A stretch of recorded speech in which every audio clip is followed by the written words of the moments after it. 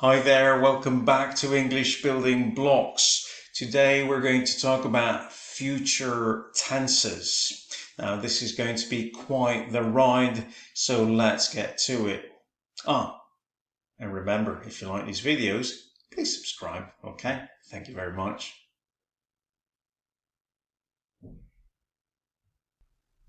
Now, let's begin with going to and the present continuous, beginning with the present continuous.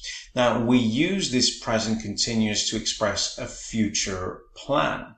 Now, a future plan means that you already know plenty of details about the activity. So obviously you know what you're doing, but maybe you also know where you're doing it, or when, or who with, okay? For example, Liam is playing tennis this afternoon at the club, okay? So I know the activity, Liam is playing tennis, right?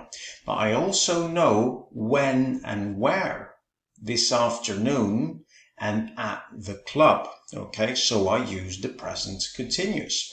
Liam is playing tennis this afternoon at the club, okay? Another example, we're having lunch at Jimmy's restaurant with our friends. So again, we know the activity, we're having lunch, but additionally, we also know where at Jimmy's restaurant and who with our friends. And that is why we use the present continuous, okay? Now, let's have a look at going to. So, going to, we use this expression going to express a future intention. So this is not a plan anymore, this is just an intention, right? Now this means that obviously we know the activity we want to do, but it's not quite organized or planned yet, so we don't know exactly where or when or even who with, okay? Now, let's have a look at a couple of examples. First one, we're going to have a party after the exams. So we know we want to have that party after the exams, right? But it's not organized yet. So we don't know exactly where or when, okay? And that is why we use going to. We're going to have a party after the exams, okay? Another example. Mary's going to grow vegetables in her garden at some point. So again, Mary knows that she wants to grow vegetables, but she hasn't quite organized it yet. So she doesn't really know when she's going to start, okay? It's just an intention she has at this moment, okay? And again, that's why we use going to. Mary's going to grow vegetables in her garden at some point, okay? Now, let's compare these two, the present continuous and going to. So remember, we use the present continuous to express a future plan. And on the other hand, we use the expression going to express a future intention. Now, again, a future plan using the present continuous is something that has been organized. So you know a lot of details. You know where or when or who with, or maybe you know all these things, right? On the other hand, the future intention using going to is not quite organized. It's just an intention. So you know the activity you want to do, but it hasn't been organized yet. So you don't know all those details. For example, we're having a pajama party at home this Saturday evening with all our friends. So you see, we use the present continuous. We're having a pajama party because it has been organized, okay? We already know a lot of details. We know where at home, We know exactly when, this Saturday evening, and we know who with all our friends, okay? And that's why we use the present continuous, okay? On the other hand, if we say we're going to have a pajama party this weekend, then using going to, you're expressing a future intention, so it has not been quite organized. So you know you want to do this activity, you know you want to do it this weekend, but maybe you don't know where or exactly when or who with, okay? And that is why you use going to, okay?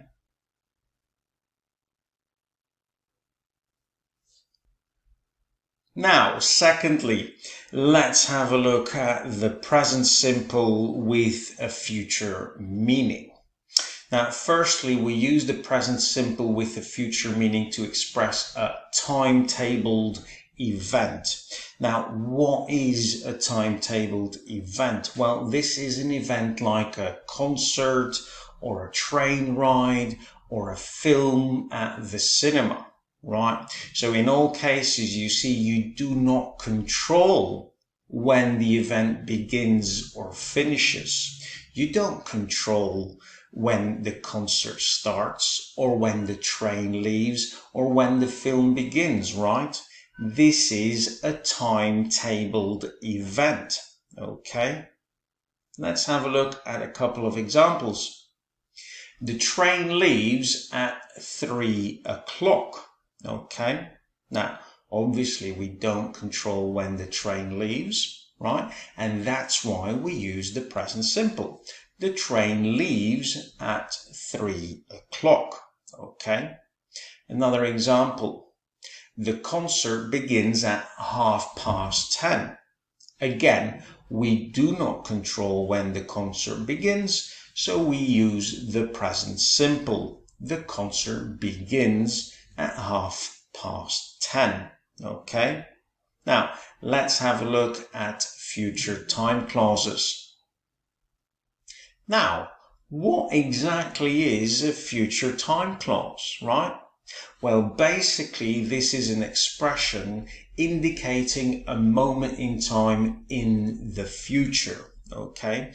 And when using such future time clause, then you begin the phrase by expressions like when, before, until, or as soon as, okay? You will find a complete list over here, okay? Now, when we use these future time clauses, then the main clause is in the future, using, for example, will. But the future time clause, however, is in the present simple, okay? For example, I'll learn Chinese when I retire. Okay, so the main clause uses the future will. I will learn Chinese, okay? But the future time clause, however, is in the present simple, when I retire, okay? Another example. As soon as I finish work, I'll come and visit you. So again, the main clause is in the future. I will come and visit you. And again, the future time clause is in the present simple, as soon as I finish work, okay? And that's how you use the present simple with a future meaning.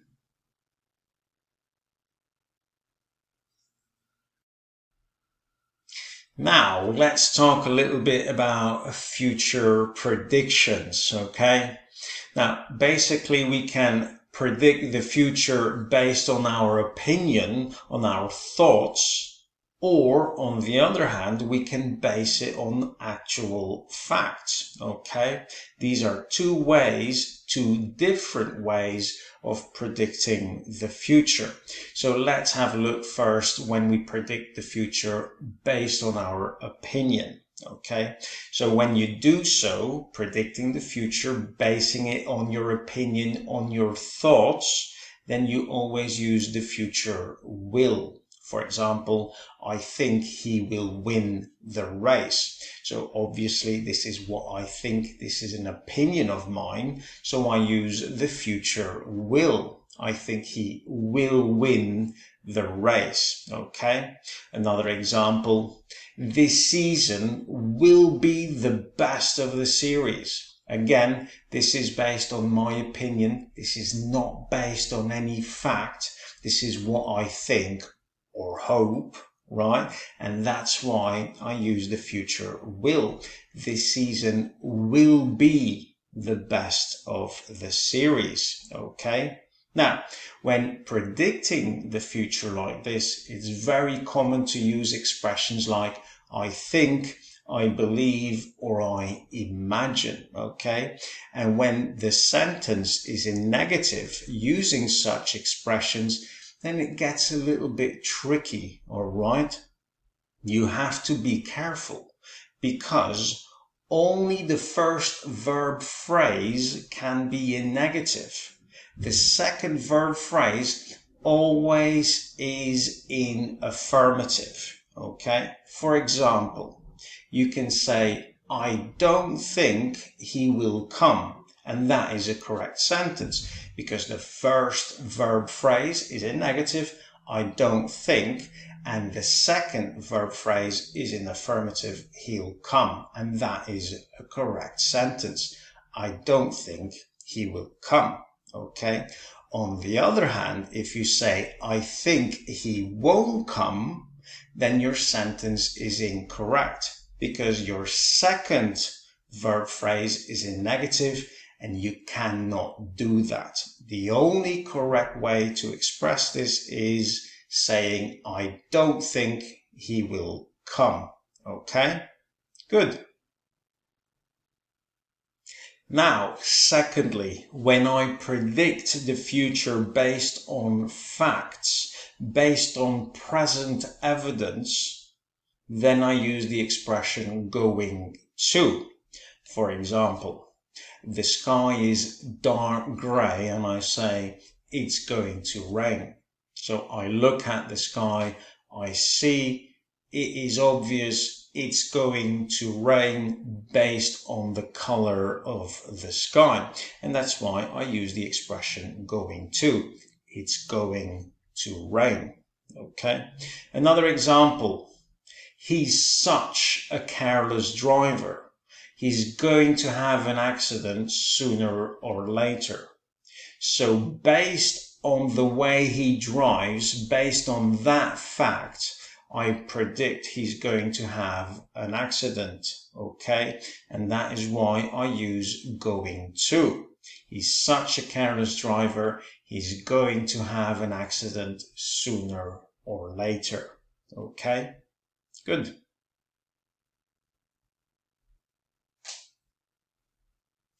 Moving on, let's talk now about all the uses of the modal verb will, and I can tell you there are plenty.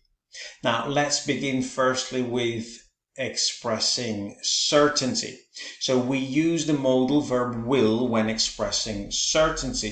For example, he will be on time, he always is. So you see, I'm expressing certainty here. I'm sure, I'm positive that he will be on time. So I use the future will. He will be on time. He always is. Okay. Another example. Rachel will come to the party because she needs to wind down. I'm sure, I'm certain that Rachel will come to the party. Okay. So I use the future will. Rachel will come to the party because she needs to wind down. Okay? Then the second use of the modal verb will is when you offer your help. For example, you say, I will carry those bags for you. Okay? So I offer my help. I want to carry those bags for you. And I use the future will. I will carry those bags for you. Okay. Another example. Don't worry. I will help you move out. Okay, so again, I offer my help and I use the future will. I will help you move out. Okay. Now, we can also use the modal verb will to express an instant decision. Now, what is an instant decision? Well, this means that you take a decision while talking and you verbalize that decision, okay? For example, look at the time. It's very late. I'll call a taxi. So, I look at the time, I see it's very late, and I decide that I need to call a taxi. And that's why I use the future will. I will get a taxi. Okay. Another example, he's just told me he isn't coming, so I guess I'll do everything myself. As he's just phoned me to tell me he isn't coming, I've taken the decision to do everything myself, and that's why I use the future will. I will do everything myself. Okay? Now, another use of the future will is to express a promise or a refusal. Okay, so normally when we promise something, then the sentence will be in affirmative, and when we refuse to do something, then the sentence will be in negative. Okay, for example, I promise I will be there on time. So obviously this is a promise, and that's why I use the future will. I promise I will be there on time. Okay. Now, if I refuse to do something, then we use a negative sentence. For example, Richard doesn't want to be part of this. He won't come. Okay, so he refuses to do this, so we use the future will in a negative sentence. He won't come. Okay. And finally, we can also use the modal verb will to express a request. Now, obviously, when expressing a request, we will do so in a question. So we will use an interrogative construction. For example, will you hold the door, please? So I'm asking you to hold the door for me. This is my request, and that's why I use the modal verb will. Will you hold the door, please? Okay. Another example. Will you do me a favor and be quiet, please? I'm trying to concentrate here. Okay, so I'm asking you to be quiet. This is, again, my request. Okay, and again, that's why I use the modal verb will. Will you do me a favor and be quiet, please? Okay, good.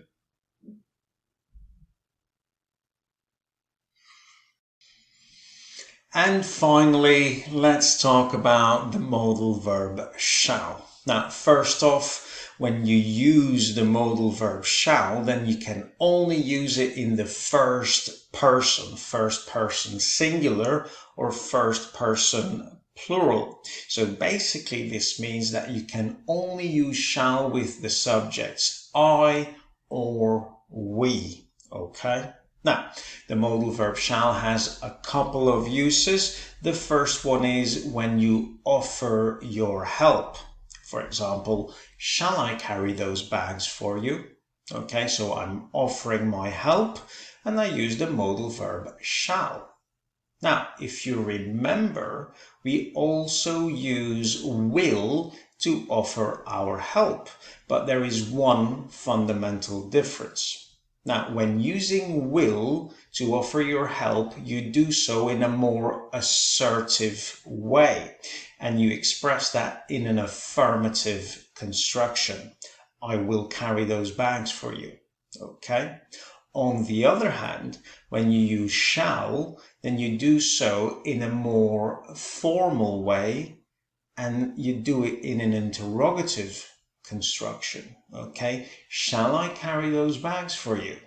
Okay, and that is the difference between will and shall. when offering your help. Now, the second use of shall is when we give a suggestion. Okay, for example, shall we have dinner out tonight? So my suggestion is for us to have dinner out tonight. Okay, and I express this in an interrogative construction using shall. Shall we have dinner out tonight? Okay. Now, that's it for the future tenses for the moment. Okay, there will be more material on this in future.